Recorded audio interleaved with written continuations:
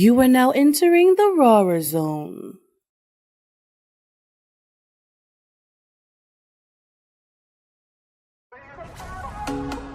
USO 82.3 FM, we're the independent artisan. Now streaming on all smart TVs. Just add the Live 365 channel and search PUSO. PUSO 82.3 FM, where the independent artists are the stars. You're now listening to the Evening Rush Network.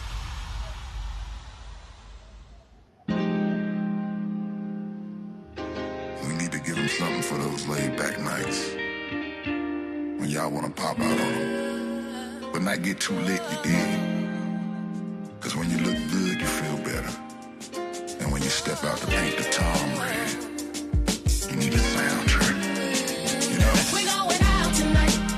Set the vibe for the sexy and grown. Ain't nobody at home, so we might get a pipe and drink a few till we right. Cause we like when the nights are long. Intersection of the settle. Living our lives. We might be a little ghetto, but we clean at night. Yeah, cutting up in my button up. We getting started fresh and let me top off this cup. Now we departed, baby. We should get applauded like we dancing with stars. The hardest on the red carpet when we hop up the cars. And we should pause and let it soak in. Let them check the coast in. Security tight. They want to fight, it won't be no win. Plus we too grown for drama, so we chilling in that section. Put your phone on D&D. Okay. We ain't doing no texting, but you can turn the camera on. Yeah. Oh, that's your favorite song? We'll hit the floor, but keep it demure when you sing along. We grew up ashy, but we classy tonight. Right. So let's celebrate success. We blessed the past these heights. We got to rap the ball hard, cause we work for this shit. And since it's YOLO, we don't go, so this is how it should fit. Custom and clean. Tonight you can't get in with those jeans, and we don't do no percolene, but we relaxed on the scene. Baby, let's go. Tonight, we're going out. Set the vibe for the sexy and grown. Ain't nobody at home, so we might get a pipe and drink a few till we right. Cause we like when the nights are long. Intersection of the settle. Living our lives. We might be a little ghetto, but we clean at night. Black tie fairs, live bands on stage. We can sleeping with everyone, it's nights and the days. Look through the haze, yeah, we flowing good, but living better. And if I keep it real down to the letter, I kill these bars forever. Cause you ain't your number, but we still alive. Pockets is grown, nigga, we on, so we outside. Shout out to couples and the singles. Players ready to mingle. Only dimes, maybe you're not can move the needle. Should be illegal. To ball this hard, but we ain't never gonna apologize. Entrepreneurs and 9 to 5s, get your dollar signs. Feeling as good as I look, and my cologne got me smelling like I'm trying to get hooked. And baby trying to get too sharp as attack, and I rose them through the cracks. Bunch of wild niggas with me, but I told them fools relax. Yo, chill. Clean as a whistle, but never too clean for pistols. But tonight, if I didn't even own, I'm mental. Let's keep it simple. Going out tonight. Oh, we're going out tonight. Yeah, yeah. Say the week's been long. And nobody's home.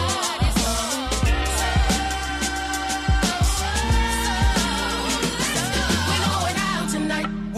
Set the vibe for the sexy and grown. Ain't nobody at home, so we might get a bite and drink a few till we right. Cause we like when the nights are long. Intersection and we settle. Let's go. Living our lives. We might be a little ghetto, but we clean at night. We might be a little ghetto, clean them down. It's a vibe, baby. The talented C. Renee on the hook. Oh, we clean them down. That kid Gorin on the track.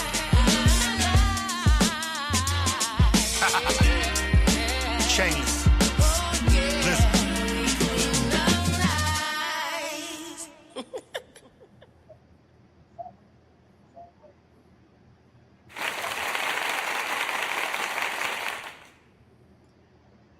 What up, world? It's your homegirl, Ivy, Katie, whatever you want to call me. Just talk to me nice because this is Welcome to the Rawrrzone.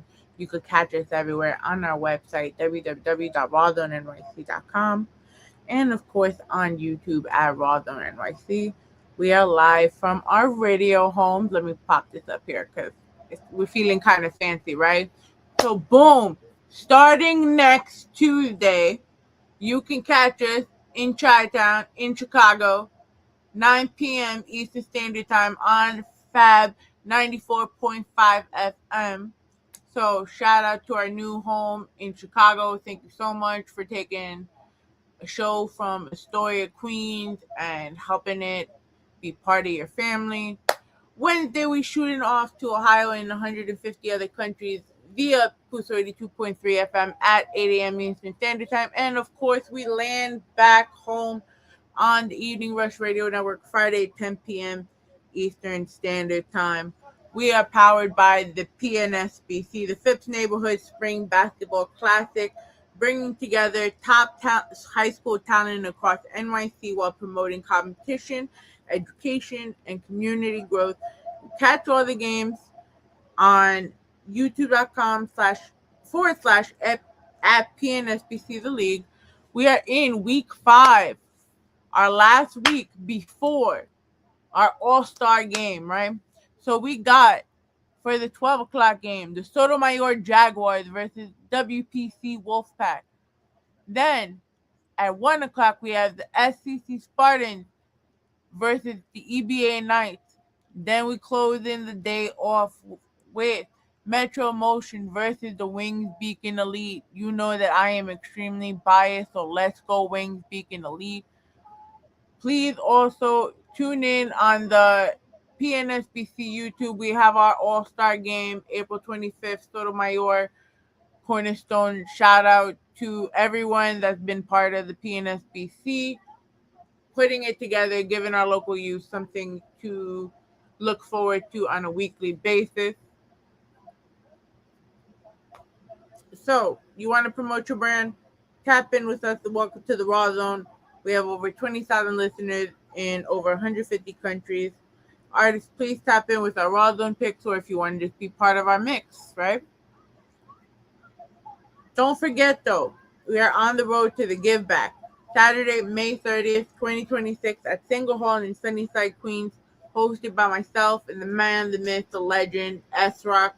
We are with DJ for Spades, our guest judges, Krista B, Ace Bradley, DJ Jeevis from DG Wax. We are getting together to fight a cause. Sarcoma is a rare cancer that affects a very small adult population and a very impactful juvenile cancer population. We started this initiative back in 2017 for my friend Sean Siggy, who passed away from intimal sarcoma in the pulmonary artery lung and his lungs. He survived an invasive surgery and was able to fight for a year and a half until his death in 2018. Since then, we've been informing and helping power through and showing more awareness for the Sarcoma Foundation of America. So please join us at Single Hall, and of course, shout out to them as always. Meet us at 4820 Stillman Ave, Long Island, Woodside, New York. Please, tickets are on rockviewent.com. We got Bossy V on the check-in. Shout out to you. We got K100 Radio in the building. See, I need to shout out K100 Radio because as a young PR, you don't know what the hell you're doing. And especially going into a hip-hop scene, which was totally different from what I was already doing. It was already a very foreign type of landscape. But working with people like K100, they were very understanding and very non-judgmental when you ask them questions, especially about submission policies, because you want to respect their policies. And some people will be a little judgy because you know how the industry could be. But always dope time. I had Live Johnson on for the Feel No Way remix, and I remember for the Iller Kill, it was my first win as a PR, and Feel No Way remix got the ill. I was so excited. So I can't wait to actually talk about today's guest because it blew my mind that this person was a rapper. Today, welcome to the Rawrrzone, where we bring you your daily dose of shaping music culture and the independent grind. Today's conversation is a very special one. He is an architect of independence, and not just in music, but in media. From launching Chainless Entertainment back in 1999 to creating the award-winning K100 radio platform, He spent decades giving independent artists a voice of their own while building a legacy of his own. And now, after 15 years, he is back on the mic with a statement. His new project, The Dangerous Unc, is all about experience, confidence, and what he calls grown man hip hop. Music rooted in real life, real stories, and real evolution. With records like Clean Up Nice already making noise and DJs tapping in across the country, it's not a comeback. It's a reminder that longevity still matters and that real bars still matter. So today we talking the business mindset, the journey, and what it really means to be independent in today's industry. Please make some noise for Mr. BLIZM Chainless.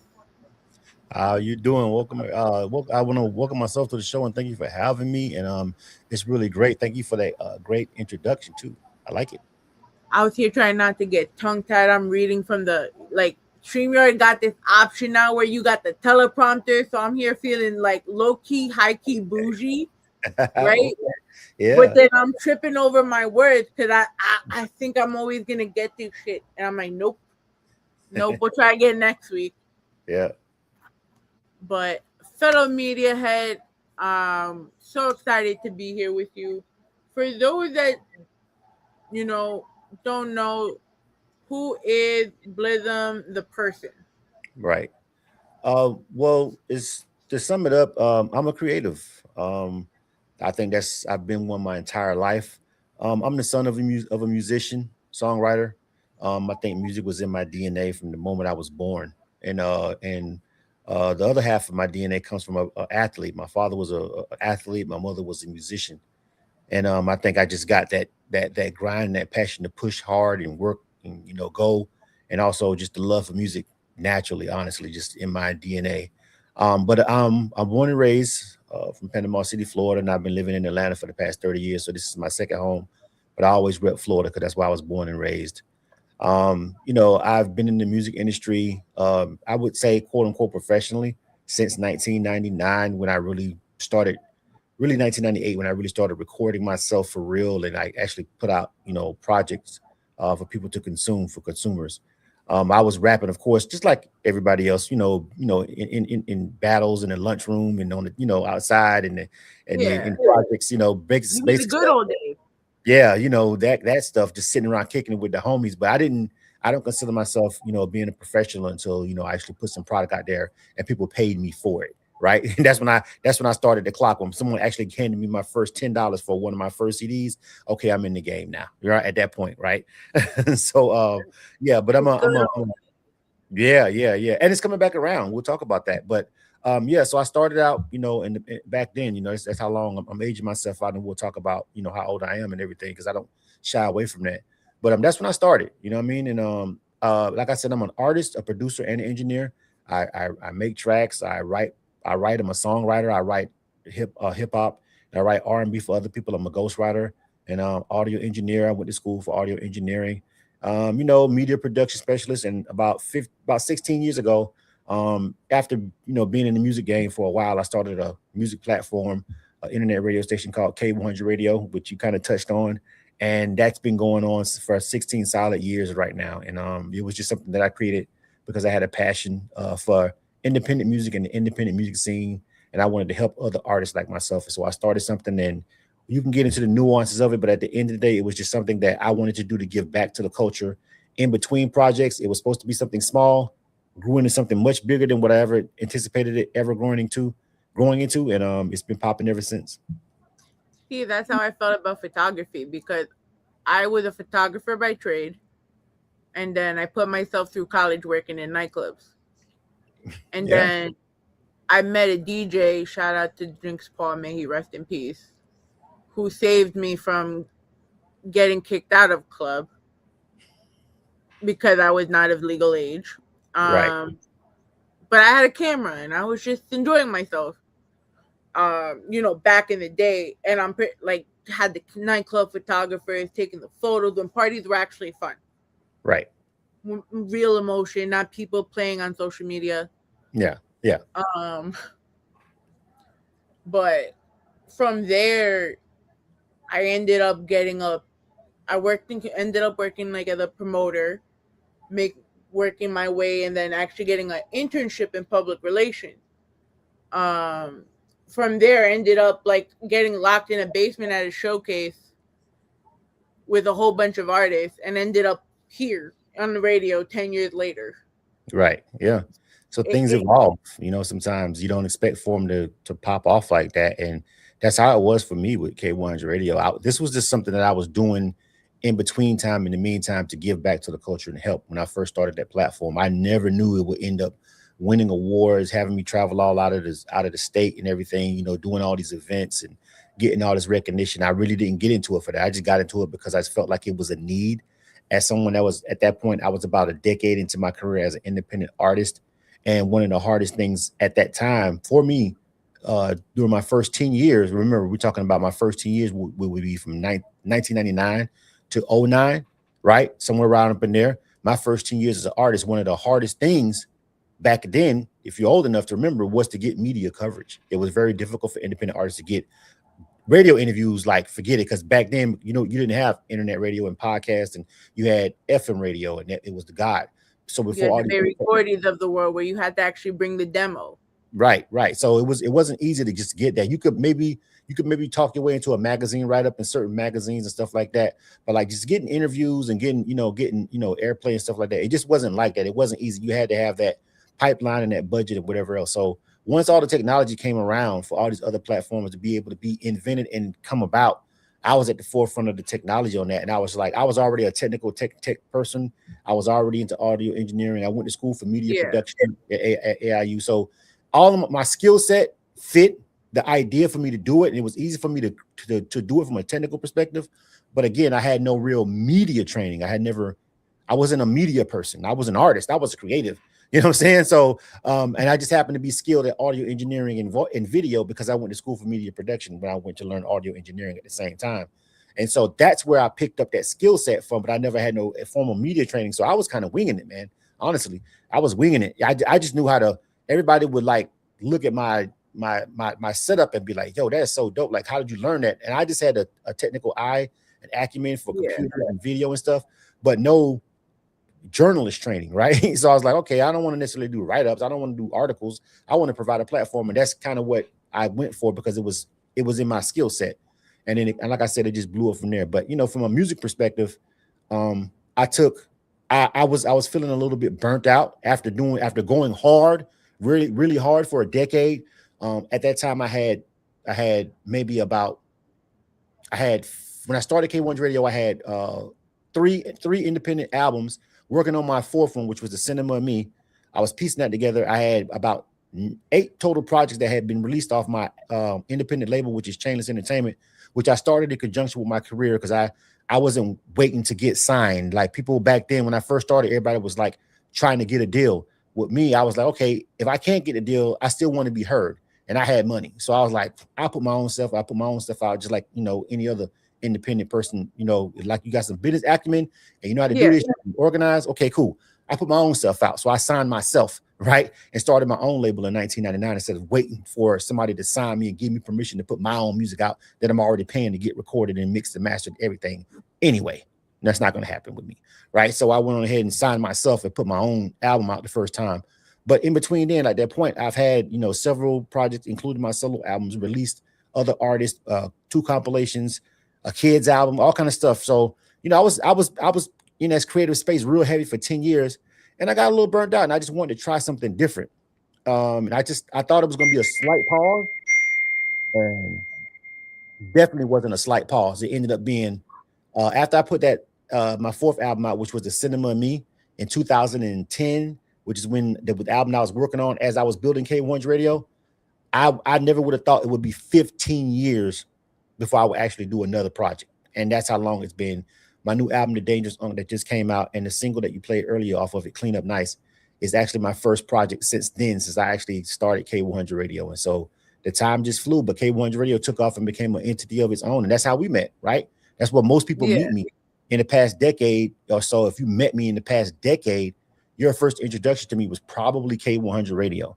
And nobody really had my whole music history background. And so a lot of my music fans, people who love my music back then, all these years have been asking like, bro, you're not going to put any more music out? Like, you doing all this stuff in music and you got all these connections now. Like, why don't you do music. Like, I like your music. Like, I remember your music. I remember your albums. I remember your videos. Why don't you do it? And I don't know, just something. It was a string of events that had to line up for me to end up coming back to the mic and coming back to the booth and doing the whole album, because I have put a couple of singles out here and there to let people know, listen, I still do it chill.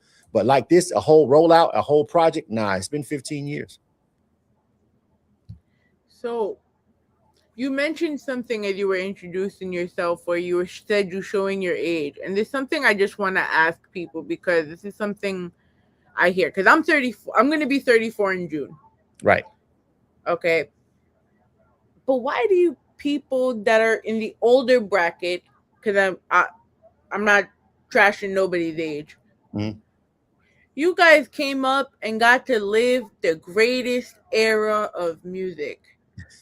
I don't care what year you born. I don't, like, you say 1999 like I'm showing my age. That was like 92 to 99. Amazing era of music. Yeah, it was. Like I wish, I mean, I like the age I am now, don't get it twisted, but I would have loved to see everything that I was raised on actually happening. Yeah. You know, you're talking about the Berry Gordy era. Like, I seen the Berry Gordy era on The Fresh Prince. That's how I learned I learned as a kid. I looked it up afterwards. Okay. So he says you got to go to a record label. So I'll go to the library and read a book about it. Right. That's how I wanted to know things. Because we had no internet, but you got to actually live it. Yeah. And it was a time, and it was so different to do, even as an independent. First of all, as a consumer, let's start from, like, because you said 92, 96. So 92, I'm in high school, right? But that's the golden era people call of hip hop, from 92 to 96, 98ish. And so, I was in 92, I was still in high school. I graduated in 94, and I was old enough, and I was partying early. I jumped off the porch, as they say, at 15 years old. So 15 years old, I'm outside in the clubs and I'm doing the most, right? Because I'm living a street life, right? I went through a lot of stuff as a youth, so I was literally outside for real at 15 doing grown people stuff. And there was no social media, right? So you can't document everything that people were doing. So we were doing the most. Trust us. I tell people all the time my age, we like to come down on these kids, and I got Gen Z kids. My kids are in their 20s, right? So I got Gen Z kids, and so I'm so sorry. But they were raised right, so they're not bad. You know what I'm saying? Okay, good. I made sure, right? You know what I'm saying? So, but the thing about it is, like, back then, the physical interaction had to be. You couldn't be popping if you wasn't outside. Like right now, you can literally sit behind a keyboard and become famous without anybody ever shaking your hand. And millions of people will follow you and literally take what you say at stock without ever physically seeing you anywhere in person. That is not how it worked back then. You had to actually physically be outside, and that's what the era kind of cultivated. So the personal relationships were much more tighter, and people believed your story because you had to actually go outside and prove it. People can say they're a thug, but when you see Tupac literally shooting at police and walking out the courtroom, spitting at the camera in real life, or at least on TV, which couldn't be fake, there was no AI, there was no deep fakes. You saw the camera, you saw it was him, and he did it. You knew it was happening for real, even if you wasn't right there. TV meant something different back then, right? So it was different. You believed he was a thug, no matter if because he was doing all these things to kind of build onto the mantra. Well, fast forward now, I think the culture and just the world in general with social media and the internet, it's so easy to make up your life and make up relationships and act like you are somebody who you really not for real without any real proof. People can go back and try to dig up old stuff, but now you can build a whole identity before people realize that you're completely full of crap and you've already ran off with the bag and made millions of dollars at this point. And nobody cares. You know what I'm saying? So it's different. It's a different time, It's really funny because I'm reading a book called PR is Dead from Angie Pearson. She's the top PR that I had studied from. And the chapter I was reading was literally just saying that because of all of these so-called influencers in the world, and then we're losing the actual art of the personal relationship and the psychology behind the marketing, the public relations. Yeah. In the industry. Yeah, it is. to the point where they're coming back to the PRs now for the boohoo help. Yeah. Everything, I think everything, I'm pretty sure you've heard it, whatever generation you are, that things go in cycles. And, I think right now, hip hop and music and the music scape and everything, especially with the onset of AI, because AI is even making the lazy people scared. You know what I'm saying? Because they're like, wait a minute, even the fake influencers can get taken over by a fake AI influencer. Oh my God, what are we gonna do now? Like we got to have some kind of barrier right now to prove that people are people for real. And I think that's the same reason why. For instance, vinyl for the first time since 1983 this year did 1 billion sales. Why? Because people are like so burnt out on streamings, and people understand that bots are fake and they don't know what's real and who really purchased stuff. So now it's like, I want to hold something, I want to feel something. And that's something that I took into stock when I dropped this album, The Dangerous Unc. My album, it just came out not even 2 months ago. It's a brand new album. It just dropped. And one of the things that I wanted to make sure I did, which was what I did with all my other previous projects, was have physical, tangible products. So I pressed up CDs, and for the first time, this time I pressed up vinyl, because during that 99 to 09 era, vinyl really hadn't made its comeback how it is now. Vinyl is making a full comeback right now. So I actually pressed up actual vinyl albums of this project for the first time out. Even out of all of my other projects, I always had just CDs, and I did some internet streaming or whatever. But this time I spent the money to do vinyl.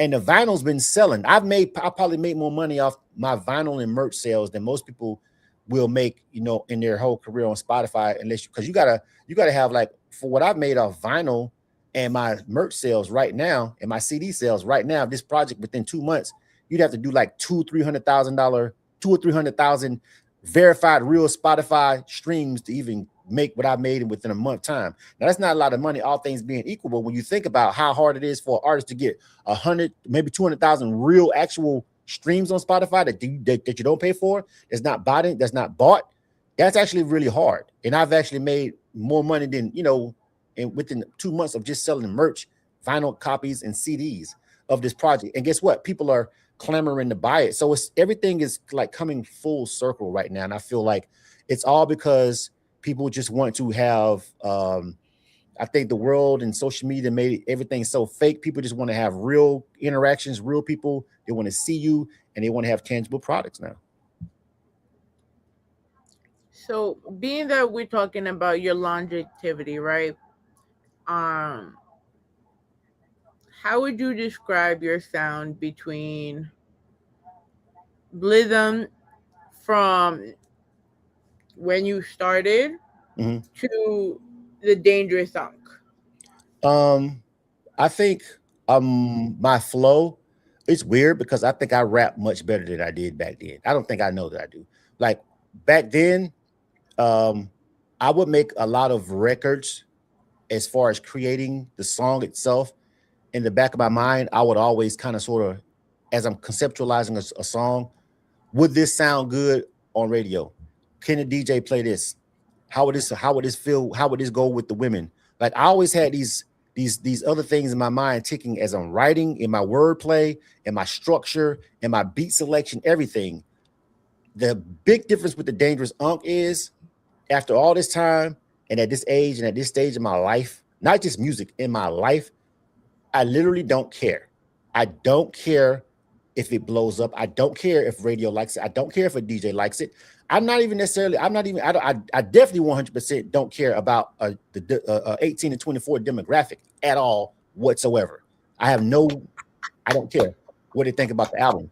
So back then, I was creating records and still in a mind frame of what could help me blow up. I keep using that word, I'm just, for the lack of a better term, what could help me get to the next level as far as that. And now with the Dangerous Unc, I completely don't care. This is a legacy project. This album is something that's just cementing me as a human being, as a creative person, as BLIZM the artist, as the brand of K100 Radio. All of that is just like, I'm just dropping a mic drop, like boom. Yeah, by the way, I'm still like that with the mic. Actually, I'm better. And so in creating this project, that's all I had in mind, was when I picked out the beats on this album and when I decided what I'm going to say or what I'm going to do, the only thing that came to mind was what I wanted to do, not how would this sound with this demographic, how would this sound on the radio. It's like I picked the tracks that I really felt moved me, and then I wrote the songs to them. And some of the songs I even conceptualized because I said, I want to talk about this because I haven't talked about this yet and nobody's talking about it. And then I had to go out and find a track that matched that mood. So this whole album was really created with just a level of like not caring. Not, and I don't want to make it seem like I just don't care about all, like I don't care what people think or anything. That's BS. I care what people think. I want people to like the project. I want it to be accepted, but that's not going to dissuade. It didn't dissuade my decision to use that particular track or talk about that particular subject, because that's what I wanted to talk about. And this is the album that I want to drop the mic on, because I feel like this might possibly, quite possibly, it's like a 90% chance that I will never do another album again. I may make songs here and there, but I don't think I'll do another album again. And so with this being my last one, and this is like a legacy thing. So for me, So it was your 444. yeah, it basically, yeah, it was carefree. I didn't have a care in the world about would this sound good in the club or can a DJ spin it. If they can, they can. If they can't, I don't care. I'll just market it another kind of way, whatever. You know what I'm saying? And so that's kind of how I approached it. And guess what? People love the album. And they love the album because it's authentic and it doesn't sound like everything. Funny how that worked out. You know what I mean?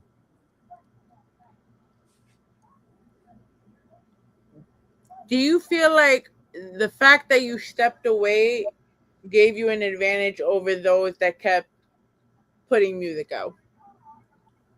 I'll tell you yes, and here's the reason why. Not why people may think. The advantage that I have now is because of K100 Radio. And I can openly admit that. Doing K100 Radio for 15, 16 years built my network up crazy, bigger than what being just an artist probably would have done, right? Mm-hmm. My connections now, the people that I'm plugged in with, who are now showing me love, even this interview, how we came together, how we got pitted together, all these are people that I met through K100 Radio, through my platform. I'm sitting here right now because of K100 Radio. So my network is massive. It's much bigger than what people understand and think. I just don't flex it. You know what I'm saying?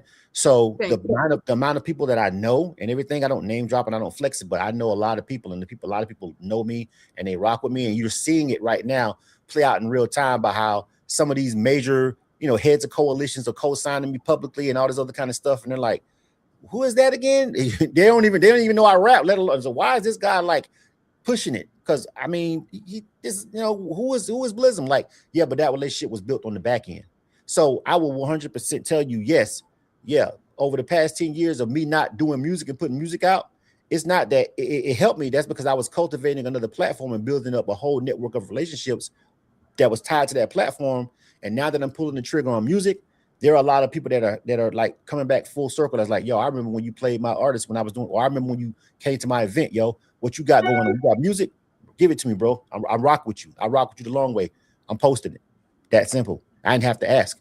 They was like, you got music? Send it to me, bro, because I rock with you. You my guy. And the relationship was built on a whole nother back end side. So yeah, stepping away from the mic, did help me, but not just from a musical perspective. It's just because of it from a networking perspective. And I was able to build relationships still within the industry that were really solid and real relationships. Like I said, I was really outside with K100 Radio.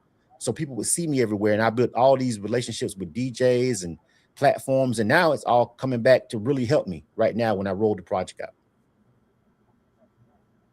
The name Dangerous Unc, it has a very powerful meaning, because if you grew up in the 80s, the 90s, and the early 2000s, the uncle was that guy. Yeah. You're not gonna disrespect him, right? Mm-hmm. So it's a two-part question for you. Do you feel like the term Unc gets the same respect now than it did back then? And what makes an Unc dangerous in hip hop for you? All right. So as far as the term Unc, yes, I do feel like that. And that's only because I'm from that era right now. Again, shout out to Gen Zs. I got Gen Z kids. I love a lot of Gen Z kids. You know what I'm saying? I love my kids and my kids' friends. But a lot of them use the term a little bit too loosely. They use the term a big bro and Unc a little too loosely. And it's cool because they don't necessarily know. But if they have real unks and real big bros in their lives, what I notice is if they actually have a real like example in front of them, then they really know what it is. But they do tend to use it a little bit loosely, but not us. Back then, we ain't calling nobody Unc or OG or nothing unless they earned that for real. Like you had to be that for real. We ain't just calling random people big bro and Unc. So it's a different era. They started to use the term a little bit loosely. So I feel like the term Unc still holds weight and it's still solid and it's coming back around because even still with the Gen Zs, you can get exposed as a fake Unc. And what I call a fake Unc is somebody who is not into just teaching. They're just old. You can be old. You can be the same age as me and not be really an official Unc because your life is trash. You're like, you ain't got it together. You know what I'm saying? You could be 50 something years old, still living with your mom or something crazy like that. And not taking care of your kids, you know what I mean? You're not handling your business as a grown man. That's what an Unc really is. So it's important that we give real Uncs their status and respect it. And I'm a respected Unc. I'm a respected Unc because on two folds, where you can call me Unc in the industry and you can call me Unc in real life, like real kids, real 20-something and 30-something year olds do every time they come to one of my parties that we have at the house. Every time I have a family function at my house, every time I'm outside grilling outside and feeding all these people just coming up, giving them plates at my house. I'm a real life Unc in real life outside of the music scene. Hard stop. So I get that respect for real, right? So since I'm really a for real Unc, for real, it bleeds over to my actual persona in my music, and it also bled over into the subject matter and the content in the Dangerous Unc. I'll address your second part of your question, which is dangerous.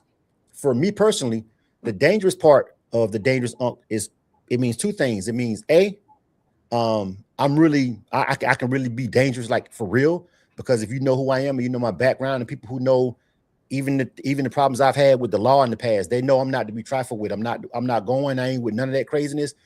You'll F around and find out. You know what I'm saying? Like I'm not. I don't go around saying I'm a thug or anything like that. But everybody knows me. Know I'm like, yo, he's a real one. Like, don't play with him like that because it's gonna go bad, and they know it because they've seen it go bad for other people playing with me, right? So that's like literally a literal term, like dangerous, and that's based on my actual life experiences. But the other part of the word dangerous from an industry perspective, for me, if you read up on like what power really is, power can come from money, it can come from assets, it can also come from knowledge. Knowing the right things can make you dangerous to a lot of people. So for me, the other dangerous part of the Dangerous Unc for me is the real physical me, and also the amount of knowledge that I have in the music industry at this particular point about the game. I'm one of these people that I'm dangerous to the labels. I'm dangerous to everybody who wants to scam artists. I'm dangerous to anybody who wants to, try to feed me some BS about the music industry or the independent artist grind. Like, you can't fool me. I've been doing this too long. I got too much knowledge up here.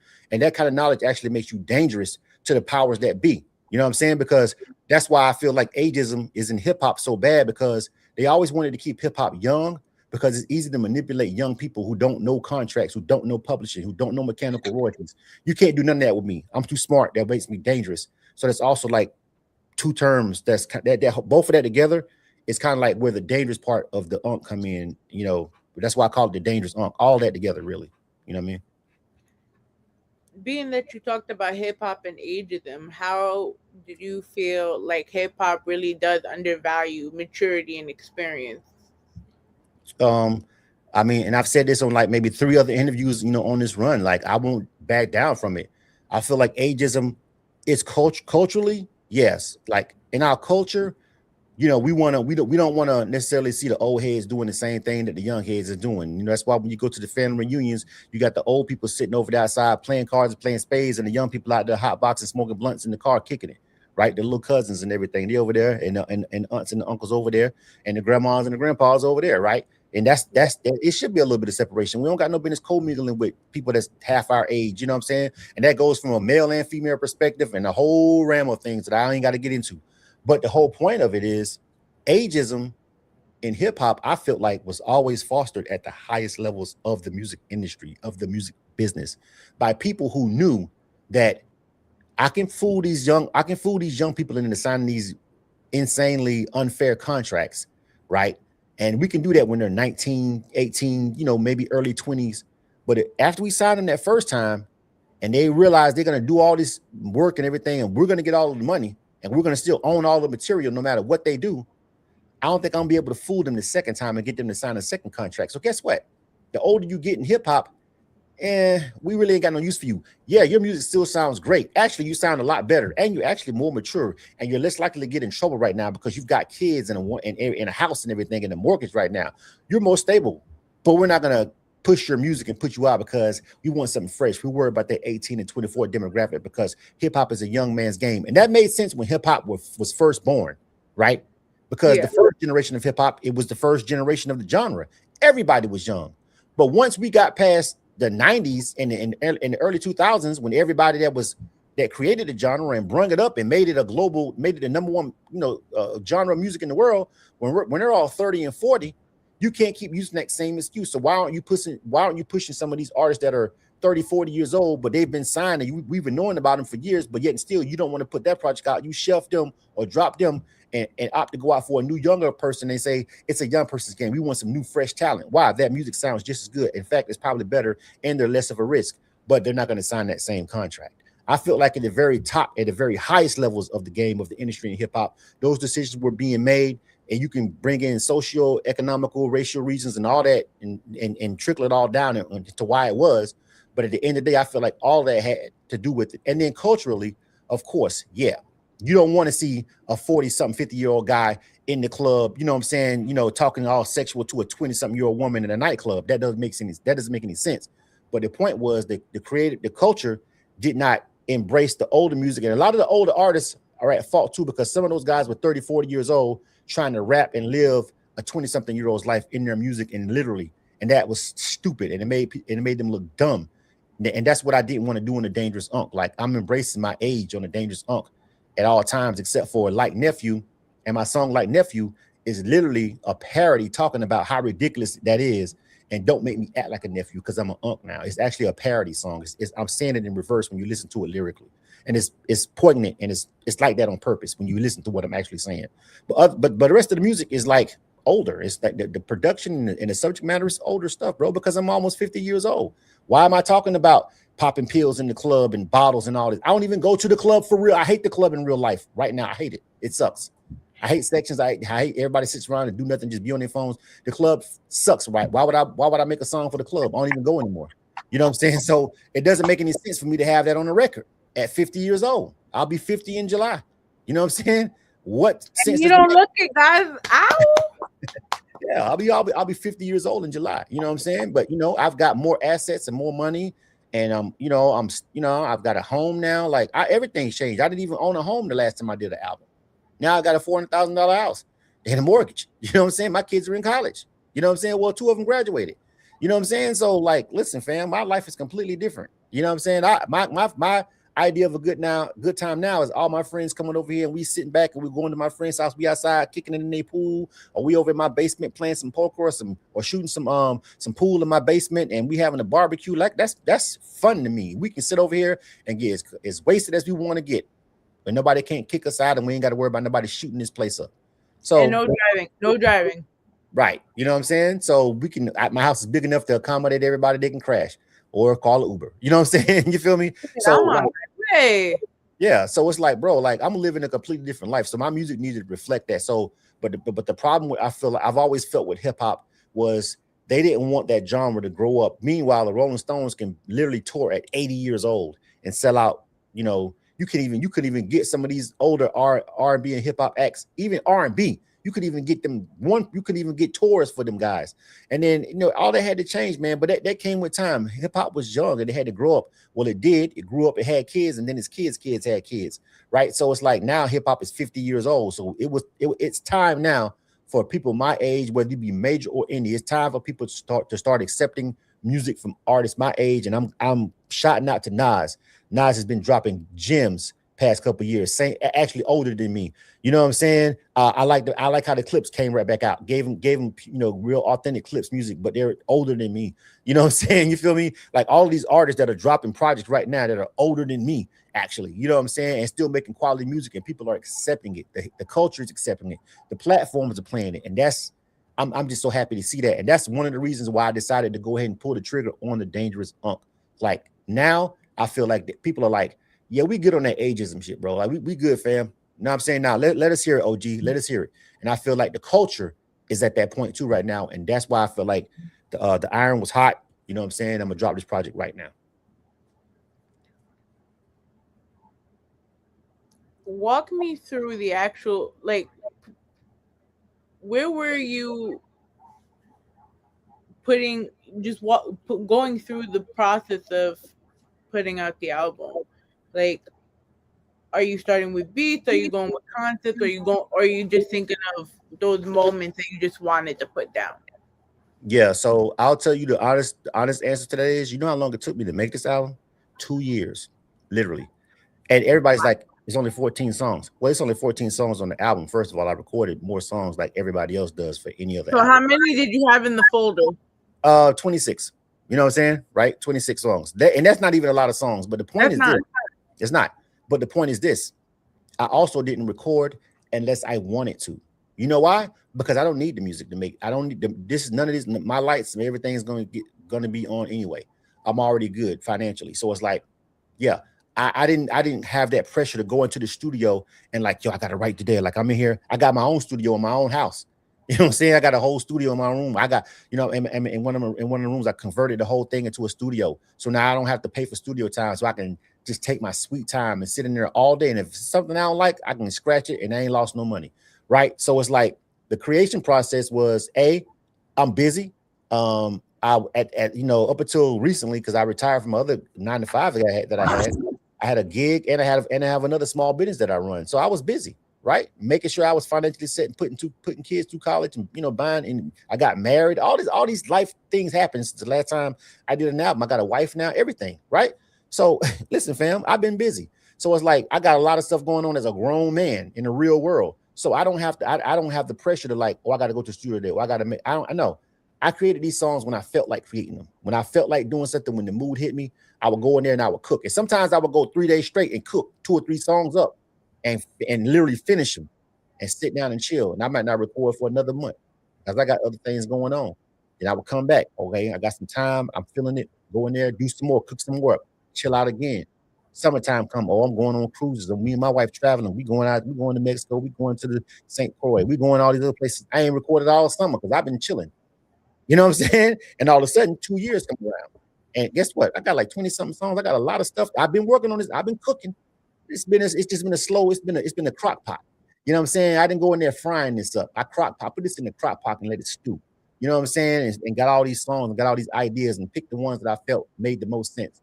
So creatively, it took longer than any project I ever worked on by far. But guess what? Everybody's telling me, dog, this is probably the best one you ever made. And I get it because the pretense of me creating right now is different.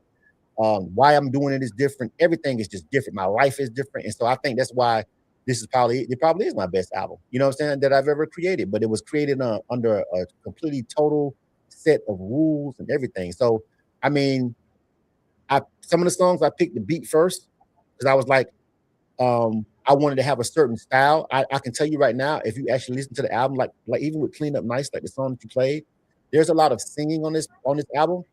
That's because I'm a songwriter. That's because I'm an R&B songwriter too. I've worked with so many R&B artists and people have no idea this. Every hook ever on all of my catalogs, every song, most of the time we see me featured with another R&B artist, I wrote the hook. I'm a hook writer. I'm a songwriter. So a lot of this was like, I'm gonna display my strong suit on this. I wanted to write some melodic hooks and I wanted to make that kind of an album. I wanted to be cool. I wanted to be melodic. I wanted to blend R&B and hip hop. So that's why a lot of the songs have a lot of singing on it. And that's why a lot of people like the album. They're like, bro, this is a ride. This is a rider music. They like, so this album is a rider album, bro. You ain't even by design, on purpose. You know what I'm saying? So it's a lot of different reasons why this album sounds the way it do creatively. Being that you talking about the production of it and going into it, how much of you picking the songs was actually BLIZM the artist and not BLIZM the person that's been in the music industry as a radio tycoon, as a media enthusiast? There is literally only one, and I repeat this, one song that is inspired by the one. No, two. Let me be two. There's only 2 songs on this entire project that are that you can even say that are industry influence that had me thinking about the industry, me in things. The very first track, which is Last Call, because I basically on that I basically refer to my history, and on the second verse I talk about when I was get signed to a record deal and that whole deal fell through. So I referenced that. So that has a reference to the music industry in it. And the very last song, if you have the actual CD, because on the vinyl, there's only 12 tracks on the vinyl because of time constraints that you can actually put how much audio you can actually put on a vinyl record. And I didn't want to do a double bass. Yes, there's time you there. Oh yeah. I could do a whole show about the vinyl process. If you're watching this and you think you're gonna do vinyl and you think it's gonna be just like doing CDs, let me stop you right there. Absolutely 100% not at all. From the way you mix the stuff, from the how long the songs can be, everything, you can only have 22 minutes of audio on each side. All right. So my album is in totality is 53 minutes long when you listen to it on a CD, but you can only have 22 minutes on each side, 44 minutes total of vinyl. If anything other than that, you got to do another vinyl. You feel what I'm saying? You can only have 22 minutes of audio. So you have to I had to omit 2 songs and shave off about 30 seconds on the end of every single record. So a lot of the songs on the vinyl, they fade off way quicker than they do when you listen to them on DSPs or on the CD. And that's because I wanted to put as many of the songs on there, and I omitted 2 songs on it. But back to the question, Last Call and Lunch Is Over. Lunch Is Over is literally aimed at the music industry. Lunch Is Over is a very important record, but because of the flow of the album, it's not on the vinyl. It's only on the CD and the DSPs. But it was because it's the last song on the project for a reason, because it's like, you know what? I don't even want to give the industry that much energy, but I gotta address the industry one time. And that's what Lunch Over. And that song is dedicated to the industry. Lunch Over is about the music industry. And if you hear that song, then you'll understand kind of sort of what it's like to be me as far as my headspace as being an independent artist for all this time. But I only give the industry that song and half of one song. Outside of that, bro, none of this stuff is inspired by like the music industry. All this stuff is personal life reflection, personal experience, and things that I feel like I want to talk about and things that I see that need to be addressed. That's it. What is something off the project that like, or a hidden Easter egg that your listeners might not catch? They might not catch. Because there could be a lot of innuendos everywhere. Yeah, so I be slick talking. I be talking my talk, but you gotta listen to the bars. I think if you're not familiar, okay, so if you're not familiar with me personally, which is most of the people who probably gonna see this interview, you know what I'm saying? The very first verse of the song, the whole verse is me naming all of my albums. And if you don't know my history, you don't know that. I'm naming every single album that I dropped. All of the major releases are named in the first verse. I literally name all of them in the bars. And that's why I was going to put the lyrics to Genius. I was going to make a Genius page for Last Call so I can reference everything so you can see what I'm talking about and do the back. That's why I love that website, Genius. I love that site because it lets you do really cool stuff like that. I'm gonna do a Genius page for Last Call because I'm talking about a lot of stuff, even the music and even the record deal that I didn't lose the record deal. I just didn't sign it because it was a bad deal. But I'm talking about that. But on the first verse of the first song, which is Last Call, I name all the albums. I'm naming the albums as I'm spitting the 16s. I'm giving you my catalog. I'm introducing you to my catalog in case you never heard of me. But if you never heard of me, the only way you're gonna find out and put that together is if you go back and look up the rest of the projects. You know what I'm saying? One very, very, very main Easter egg. That's a really good question because now you make me talk about something that I rarely get to talk about. The cover art for the album is actually an anthology. It is the third installment of an anthology, of a 3-piece anthology. The person if you look at the album cover, you've got this person, and if you don't know about my history, again, you're gonna be like, what is this? What is this? What is this person? This person with an open brain sitting on a chair. That's that same creature, that same person is the person from my very first album, which is titled Blueprints to My Brain. On the very first album, all you see is the top of his head, and his head is split open. And inside the brain, there's all these different drawings of guns and women and drugs and all the stuff that I'm actually really thinking in my brain back then at 20 years old. The stuff I'm on, that's what I'm on, right? You know what I'm saying? So the very first album cover is all custom artwork. This is before AI. None of this is AI. This is an actual comic book guy that does comic books and graphic novels that I've been friends with for years. He drew the very first one, And on the second one, that's my second album, which came out 2 years later, which was the Subterranean LP. That same creature, instead of just showing his eyes and his head on the second cover, you see him coming up out of a vault, kind of like a underground, and he's got this mic, and he's like really mean and menacing looking. And the name of the album was called Subterranean, and that was signifying me coming from the underground. I'm on my way up, right? I'm coming from the underground. I'm coming to the top. I'm rising to the top. That was the whole thought process behind Subterranean. Those two album covers, you got it, because they came out right behind each other. People put it together easily. But then I had other albums and projects in between where I had just my picture, or just, you know what I'm saying, just regular album covers of me, myself on the cover and stuff, my face and stuff like that. Well, 15 years later, I decided to drop the Dangerous Unc. And since I feel like this is my last one, I wanted to circle back and tie in to what has that same creature been doing? Well, now that same creature is old. He's chilling. He's sitting on a throne made of speakers. You know what I'm saying? Still got the mic in his hand, just cooling.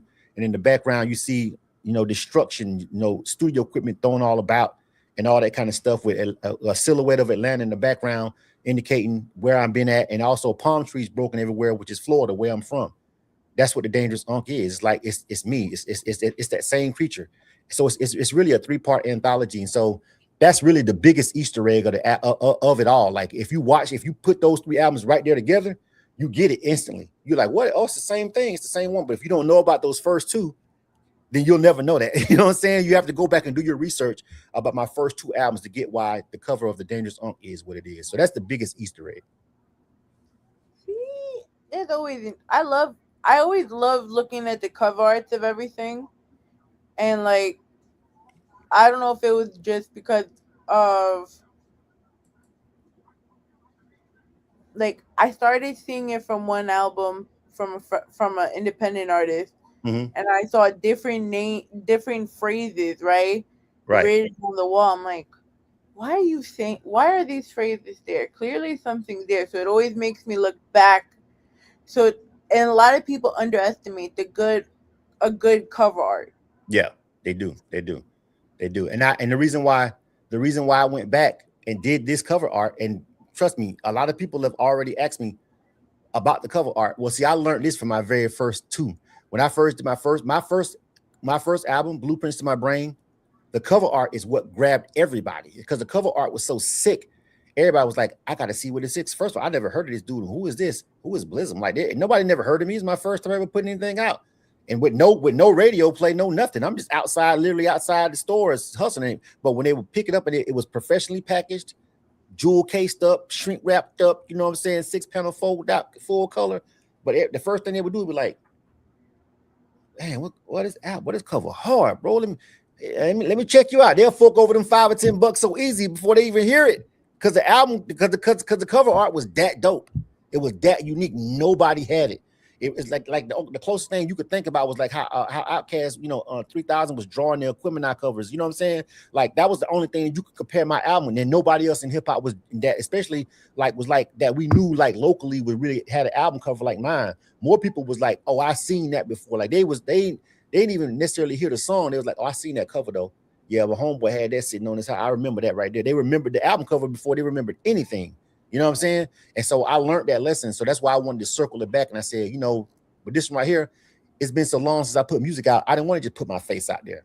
That nah. Because now it's like, no, I wanted to put the cover art. I wanted people to look at the cover art and ask questions. You know what I'm saying? Because that worked for me my very first time. So what made you want to put Clean Up Nights, the lead single from the project? Because of the level of adulting we're doing on that record. You know what I'm saying? The level of adulting on that record is that is the second grownest album. The second grownest song on the album. The most, I think, mature song on the album is Head of Household. I think that's probably one of my favorite records. And probably one of my, if not my favorite record on the album because of what I'm talking about. And then Clean Up Nice is also very mature. It's just a little bit more fun. You know what I'm saying? And digestible because of the track and what I'm saying in the hook. We might be a little ghetto, but we clean up nice. Yeah, it's funny. It's kind of like, very two-steppy. Yeah, that vibe. You know what I'm saying? I wanted to lead off because if you listen to the album, Oh, I got that. I got a couple of songs that's like, how old is this guy? You know what I'm saying? Like, if you listen to like Nephew, you're like, wait a minute. I thought he was trying to do a grown album. I am. Did you listen to what I'm saying in the song? You know what I'm saying? But the beat on Like Nephew is kind of it's like a street beat. It's like a southern trap sort of street beat, but that's on purpose. And it's the only one like that. And then you've got really fun records like The Trial of Rico Bars, that's just pure boom bap hip hop inspired, just like pin storytelling with a lot of features. You know what I'm saying? And then you've got, you know, Three of Us, which is probably Three of Us is the song that everybody keeps pointing out is like their favorite song, which I thought it was great, but I did not think it was going to be as popular as it is right now. The first time most people, when I talk to them, the first song I say, which song, they're like, that Three of Us is crazy. That's like the song that everybody keeps, that's standing out to everybody, which I liked it, but I didn't think it was going to be accepted the way it is. And that's like a lot of people's favorite song. But, you know, so Three of Us is kind of also crazy because of what I'm doing on Three of Us. But, you know, Clean Up Nice was definitely because I just wanted to make sure that my first impression on the album was a grown impression. I love it. I'm like still fascinated being that like I'm still putting two and two together that you were him and he with you. A lot of people are though. You're not alone in that. A lot of people, when they realize, I think it's two things. It's like, first of all, didn't know you could rap, but then they listen to music like, oh, and he's good. You know what I'm saying? I think it's, yeah, like, he can rap for real. Oh, okay, so that's probably why when he would kill those songs, like he can rap himself. Oh, I get it now. I get it. You know what I'm saying? Like, and the whole time they were like, who does this guy think he is? Well, let me do some music and I'll show you. You know what I'm saying? Which is why my standard was up here. You know what I'm saying? When it came to the songs. So I think a lot of people are feeling that right now. A lot of people are like, oh, the music is dope too, though. Like I thought it was gonna be whack. Yeah, I thought it was gonna be one of these guys that just trying to rap and he really can't rap. And that's why he started that radio station, because he was trash the whole time. Like, he's actually nice. Uh-huh. That's what's going on. So Speaking of that radio station, that award-winning, you know, radio station that you say, that radio station. Yeah, K100 radio. You built K100 before independent platforms were even a thing. Yeah. What did you see in radio that others didn't? I just knew how incredibly difficult it was, and I knew all the politics and all the BS behind real radio, behind FM radio. I have friends that was really in the industry, and I know. Listen, I'm gonna tell you this one story. I think that you might be the first person that I've talked about on this particular run about this thing. You'll be the first one. I'm gonna tell you one instance that really drove me, and I don't talk about it because it just really just sits so nasty with me, my spirit. So I had a single called "You Don't Come Around No More," right? That was at that time was my most popular song. It was off my third album, which is the Unlisted LP. Now, this album, I recorded this album in $1 million studio because I ended up getting a job as the lead engineer at this place. So the quality of the music, the audio quality is pristine, right? I'm the lead engineer. So basically on my downtime, I got access to this studio. So I'm recording all my, right? You know what I'm saying? When ain't nobody in here. So I've got top of the line gear. I'm working with all these really talented people.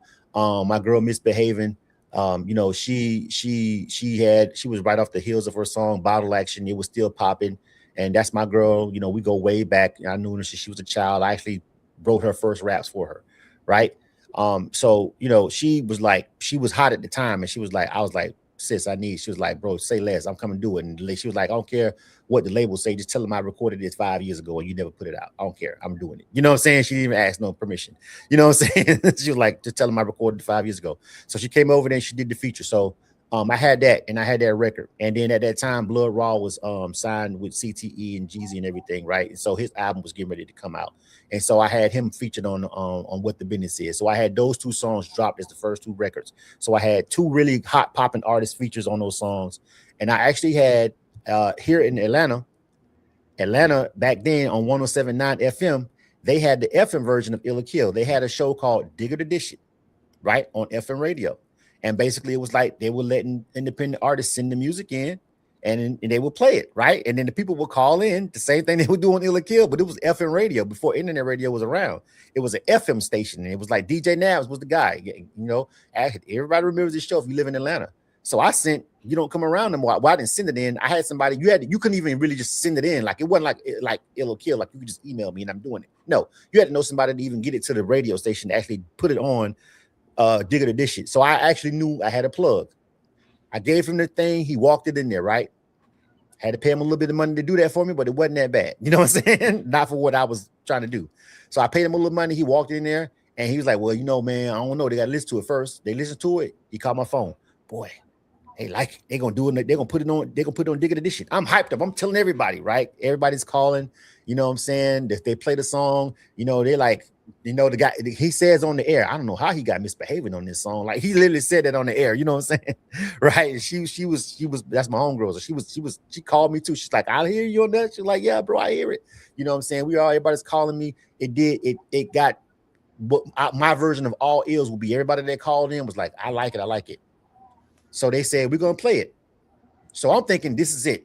This is my big break. I'm thinking there's no way I can be denied at this point. I put in all this work. I've got a certified radio ready single. You don't come around no more. Nobody has ever heard that song and told me they didn't like it. Never. Nobody's one of my best records I ever made. Nobody, not one person has ever heard that song and said they didn't like it ever in life. 2 people tried to buy it from me. All right, 2 major artists that, you know, if I say their names right now, they tried to buy that record from me and I wouldn't sell it. That's how much I believed in it. All right. So it did that, and I was like, this is it. This is my moment. And so this is 2005. And they take it and they play it for like 2 weeks on FM radio. Mind you, I also dropped it in my hometown in Panama City, Florida. They put it in straight up rotation. It's literally playing, it's playing 5-6 times a day in Tallahassee. Not as much in Tallahassee, a couple of times because I had a plug over there. But in Panama City, Florida, where I'm from, they playing that song. People really know the words to the record. This is it. This is my moment. And then my guy calls me, my guy that I gave it to initially. About 2 weeks after playing it, it wasn't a heavy rotation, but you know, they played it. People are calling me saying, yo, I heard your song. Like, you know what I'm saying? Like, I'm saying, okay, this is when this is when everybody's gonna start calling my phone. You know what I'm saying? And some of them did, but that's another story. You know what I'm saying? But I'm thinking, like, I got it right now. Now, I had a little bit of a budget. I had a little bit of money, but not a lot. And my guy calls my phone and he says, hey, man, they want you to come down to the station and holler at them. I will never tell who was in this meeting. I will never tell who was there. But this is why I understand how radio really works. I'll go down there to this meeting, and they're basically, in so many words, this meeting took about 15 minutes. And basically, it was relayed to me in layman's terms. If you can come up with $50,000, we can break this record. But we need this. We need that bag. We need the 50K. Not half, not a little bit. We need the whole 50K. And there were people in the room that was like, if you can get the 50K, we probably can give you the Southeast with this record. You know what I'm saying? We can see what it can do. And it was 50K. I had about $23,000 to my name. You know what I'm saying? To my name. And that was like all the money I had at that point. You know what I'm saying? Like, I wasn't doing a lot of illegal stuff anymore. I was chilling. You know what I'm saying? It was a lot of reasons why I could not do any street stuff. And people who understands that story about me knows why I couldn't. You know what I'm saying? So I couldn't hustle it up. Wasn't no getting dirty. That wasn't an option for me because that was gonna go. That was gonna go bad for me. I could not risk it. You know what I'm saying? Couldn't do anything dirty. My other people who I know could do the dirty stuff, they all in the feds. You know what I'm saying? My street money that I was doing, that was funneling, everything was working out for me, that was gone. The feds had picked them up 2 years before that, in 2003. You know what I'm saying? So my people off the streets, right? My BMF is gone. You know what I'm saying? You feel me? Yeah. My big meat is gone. You know what I'm saying? Right? I don't have that backing the same way Jeezy did. You know what I'm saying? Like, that money came from somewhere, right? I don't have that backing. My guy's gone. They got the feds came and got him in 03, took him off the street. You know what I'm saying? Which is my people. You know what I'm saying? So I couldn't get that. I couldn't do that. You know what I'm saying? There was for me to get the other $25,000 at that time. Again, I'm young. I haven't really built up business credit, anything like that right there to the extent that I got it right now. I really wasn't playing those kind of games yet. I know it now. So I know that I could right now, I could swipe that on a credit card. You know what I'm saying? But I couldn't give them a card. They needed cash. Remember, this is not a. They needed cash. You know what I'm saying? And the people needed cash. We need 50K. We need 50 bands, bro. Not a credit card. We need 50 bands. So we got to go take it here, pay this person, pay that person, pay this person. That is what's going to happen. You know what I'm saying?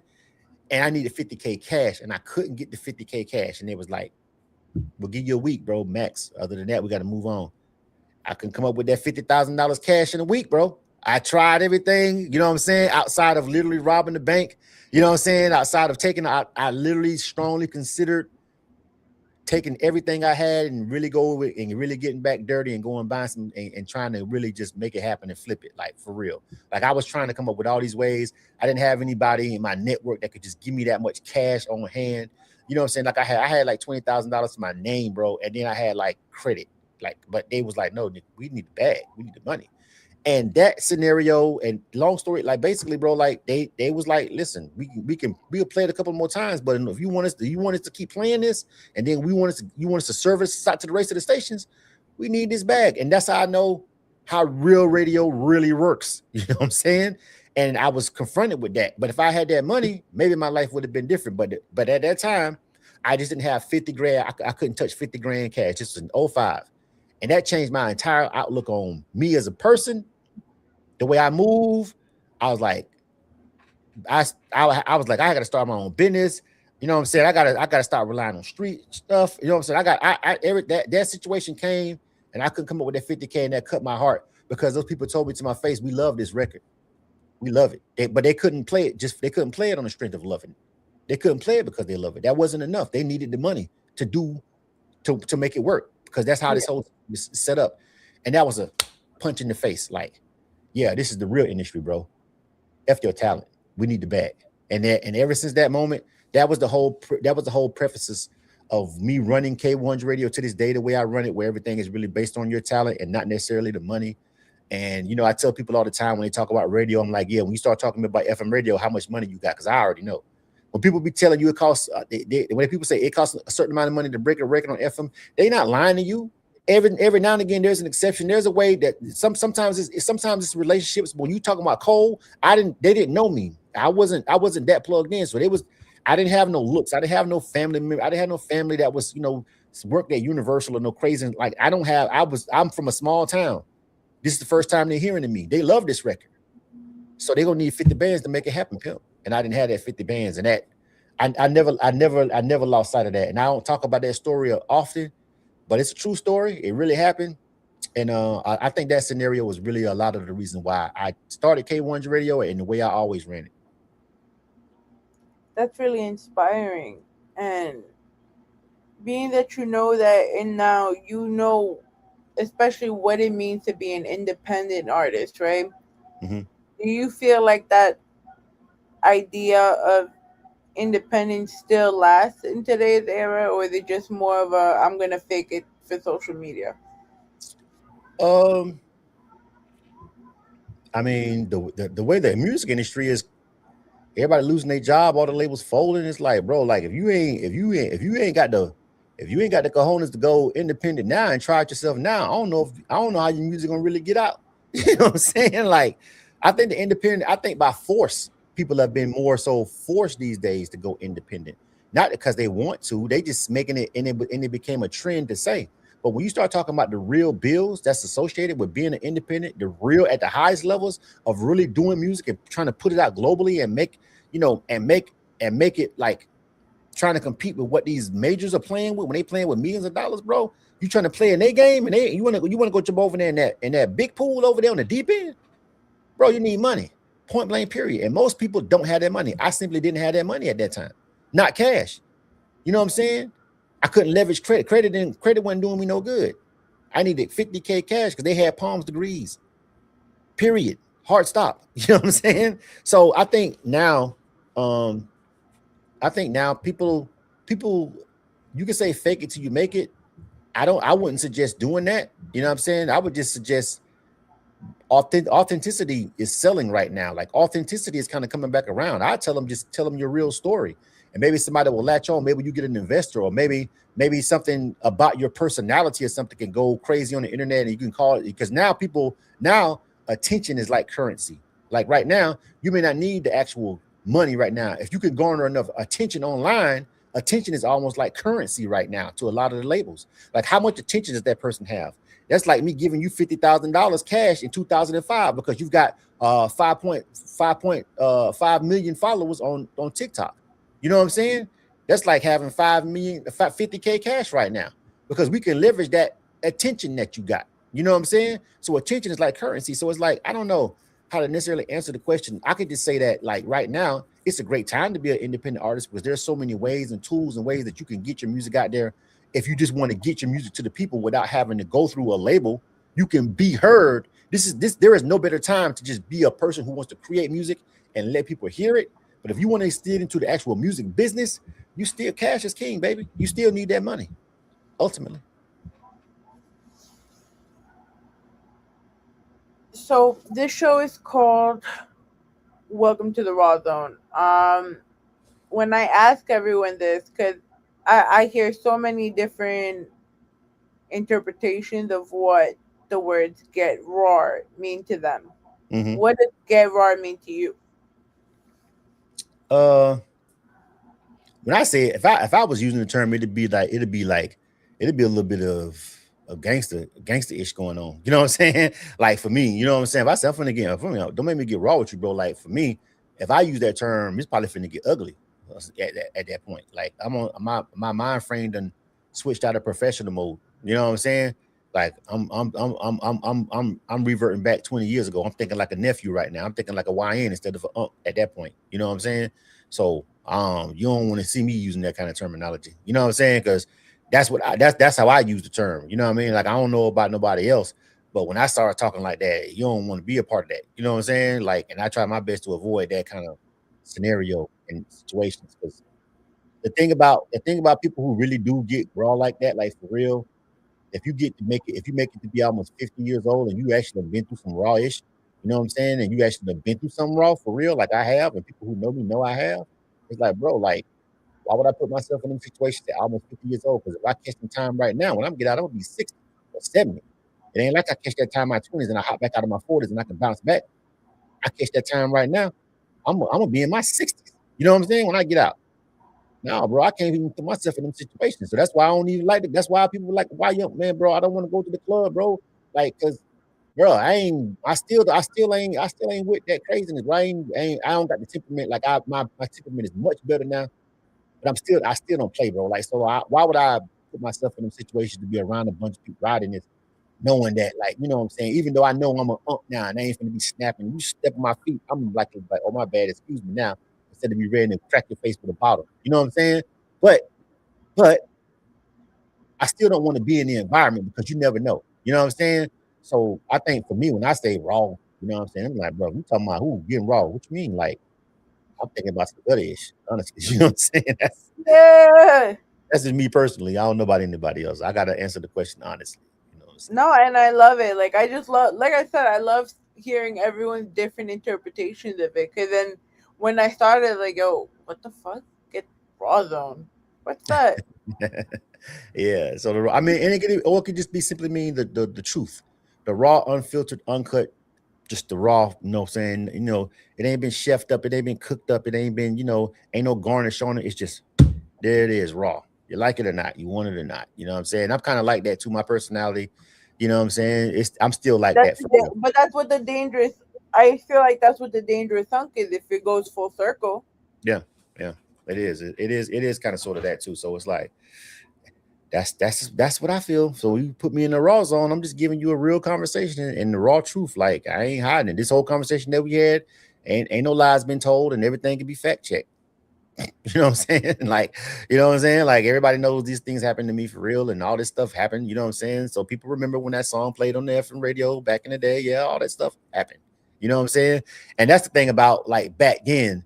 You know what I mean? Like, some of this stuff happened. I was at an event the other night, and it was they were talking about, it was an industry executive, and they were just talking about how many things you can't verify. You know what I'm saying? And the exec that was talking, he was like, listen, don't get me wrong, I hate the internet as much as anybody else, but he was like, one thing I love about the internet, and I had to as much as TikTok and every YouTubers and as much as these people can get on your nerves, He was like, think about it, bro. He said, think about everything that you wish you could document back in the days that you did that was positive, and you ain't got no proof because it wasn't no cameras. You know what I'm saying? He was like, not all the bad stuff. He said, but it's a lot of good stuff that he said, it's a lot of stuff that when you say it, you can stand on it, and you can, he said, even when you start naming them off credentials and stuff, he said, right now, I say something right now, man, somebody go pull the YouTube up and verify it right here while I'm sitting here.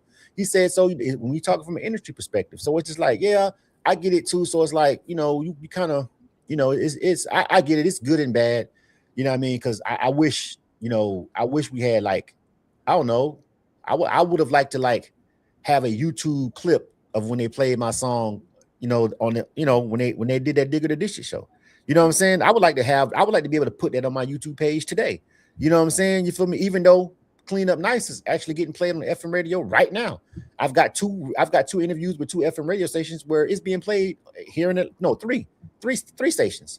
The two of them in Atlanta, one in Panama City.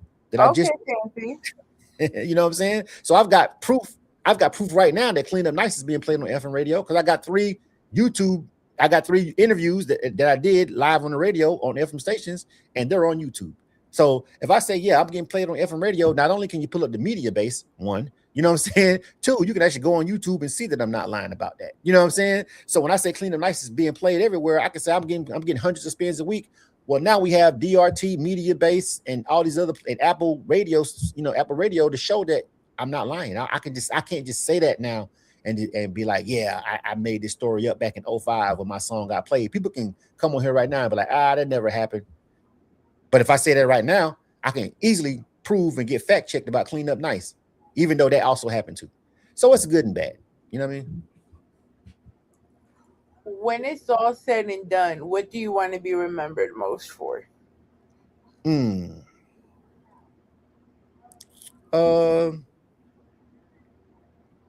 I still would say just I was a creative, talented mother. You know what I'm saying? Like, you know what I'm saying? Like, yeah, that BLIZM was really talented and creative, bro. Like, you gotta look at everything that dude did. Go back and look at everything he did. That was one talented mother.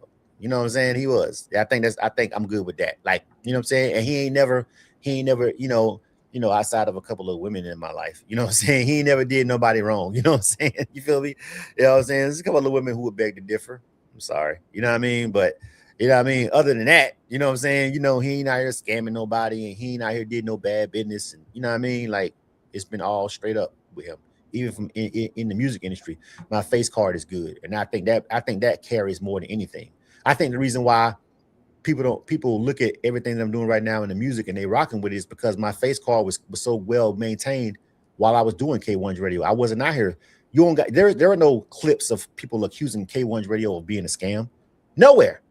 Ever. Never. You know what I'm saying? Right. So that too also goes into effect, and that also carries weight when you turn around and you dropping music and people are like listening to your story. They're like, well, I know he ain't never faking, he ain't never play games, and he ain't never do no flaw stuff even with that platform. So I'm gonna rock with the whole story at this point. You know what I'm saying? So I think that helps. That helps with pushing the narrative and telling your story, and people understanding that this is a real story. It's authentically me.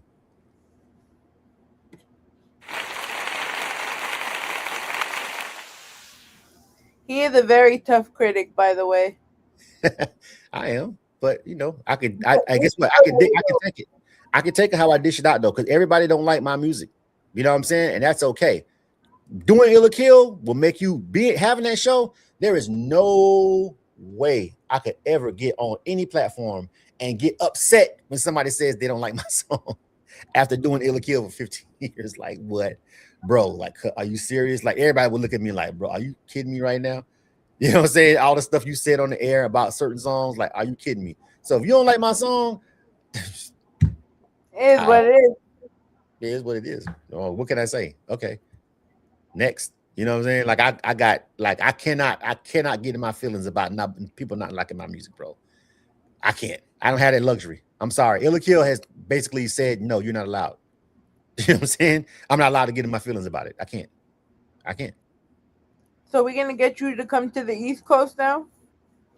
Yeah. Well, I mean, Atlanta's technically the East Coast, but okay. I mean, up north. New York. Yeah, New York, yeah. East Coast.